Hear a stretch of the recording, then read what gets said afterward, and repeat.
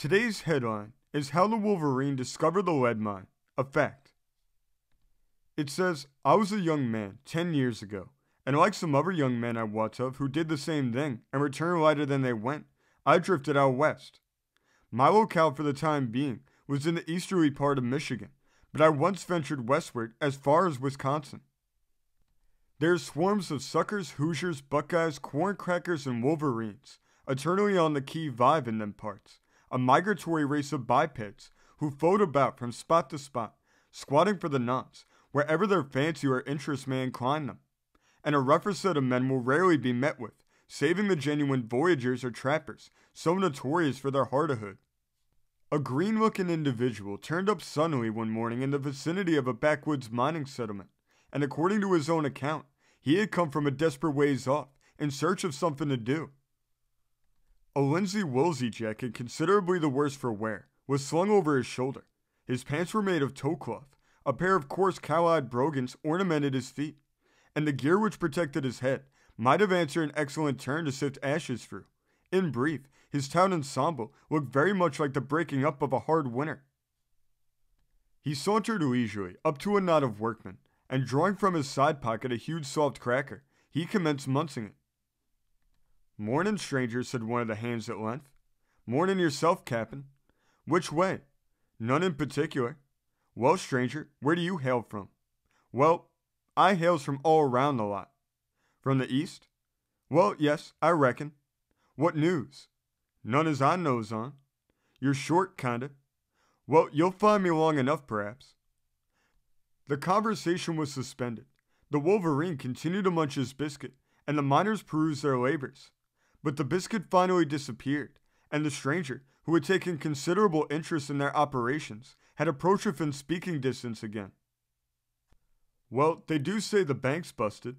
"What bank?" bawled the operative, dropping his spade and looking about him for a landslide. "United States Bank." "Oh, is that all? Why, you scared a fella. Some of 'em will get scared what's in it, I reckon, afore they're through with it." Again the talk ceased. The Wolverine watched the progress of the workmen, and finally laid his jacket upon the bank. "Suppose you don't want another hand?" No, I thought not."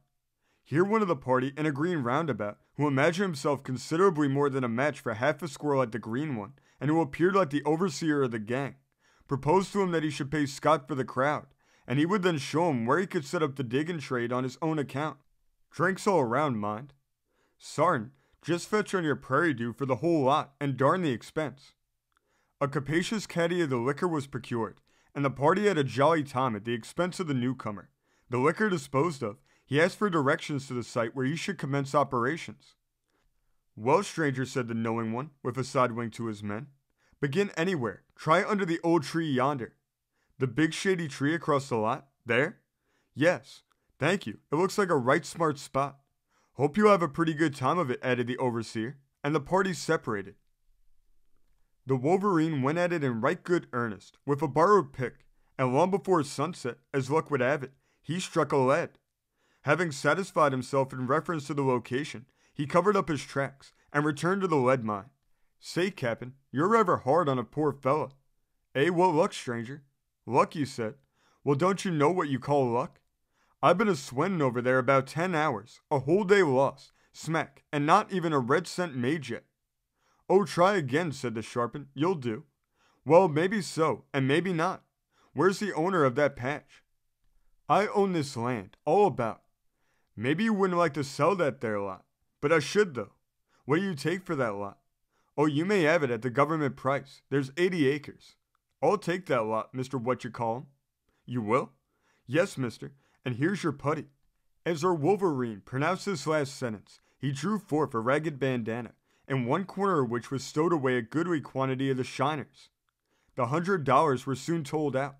The parties immediately repaired to the land office, where Squire P. made the deed of transfer, and the document was placed in the stranger's hands. On his way back, he passed a crowd of the miners, who had done laughing, and shortly afterwards he was out of sight.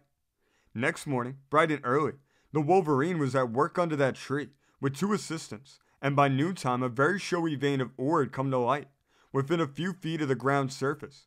The stranger laughed then. The miners grinned, and the lucky buyer disappeared again. 4 weeks afterwards, a countryman in plain homespun, accompanied by a gentleman in black, visited the spot, and they too went to Squire P's office. Another transfer was made, and the awkward Wolverine, of the tattered breeches and torn hat, left his purchase in other hands, with a bonus of $5,000 in his pocket. The last I saw of the rough stranger, he was inquiring of the overseer in the green roundabout whether he had for sale any more left of the same sort. This article was written by G.P.B. from Philadelphia on July 27, 1846, originally published in the Yankee Blade. This story came from the great state of Indiana, being reported in the Indiana Journal of September 23, 1846. Thank you for joining us today. If you want to continue to uncover all of America's lost and forgotten history, then remember before you leave to hit the subscribe button, hit the notification bell, and remember to like and comment below. And we will see you next time on Americana Archives.